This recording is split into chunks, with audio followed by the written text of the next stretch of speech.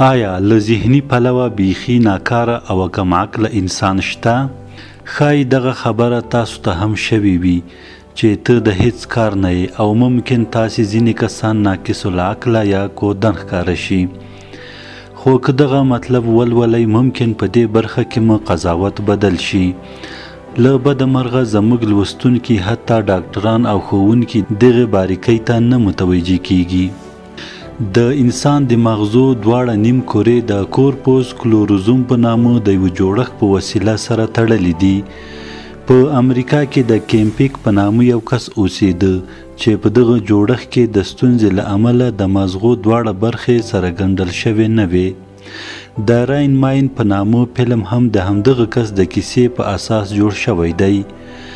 د کیمپیک د مغزو دواړه برخې سره وصل شوې نه وې، په بله وینا له یو بل سره یې ارتباط نه شو ټینګولی. کیمپیک د ژوند په لومړیو 4 کلونو کې ایله ګرځېدل زده کړل.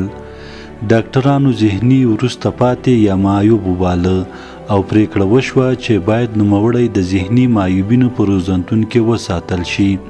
خو وروسته د کیمپیک وړتیاو ډیر خلک حیران کړل. کیمپیک په 15 کلنۍ کې لوستل زده کړل.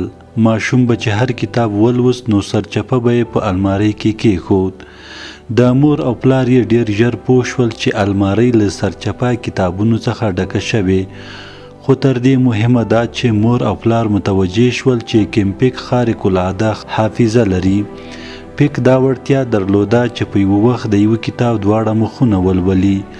د کتاب کیڼ مخ یې په کیڼه سترګه او ښی لوری یې په ښی سترګه لوسته. په 10 ثانیو کې به یو مخ ولوست، په 1 ساعت کې به یو کتاب ټول ولوست.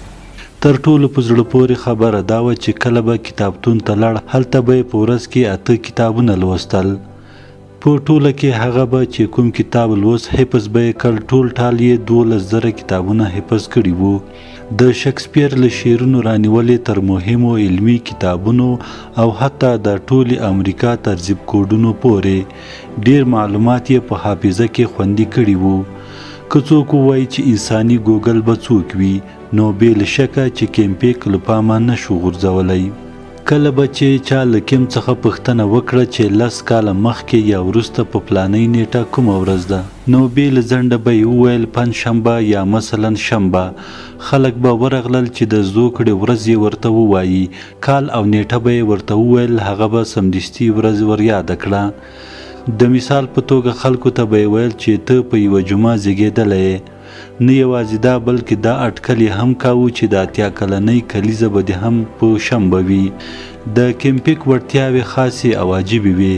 خلک به ورته کیمپیوټر هم وایه.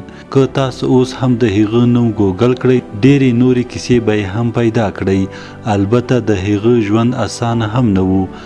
له خلکو سره په ناسته پاسته نه پوهېده او حتی د کالیو تڼۍ هم نه شوی تړلی.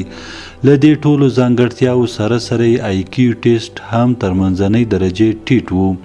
کله به چې د عصبي او رواني برخې څېړندو ترې مرسته غوښته کله به یې هم نه ویل.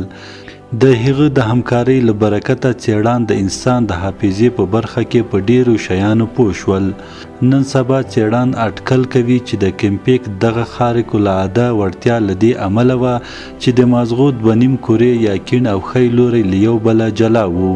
له همدې امله یې مغزه انډول نشو ساتلی او په ځینو برخو کې نابغه خو په ځینو نورو برخو کې کودن یا ناقص العقله وو.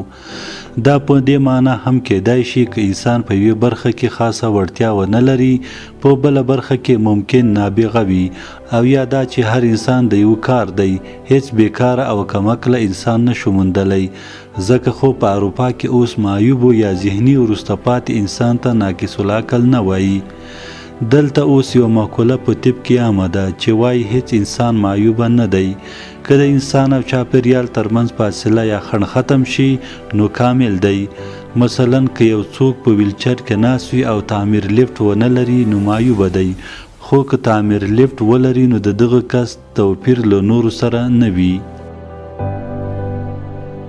درنو لیدونکو د ارواپوهنې او علمي معلوماتو لپاره زموږ چینل سبسکرایب کړئ.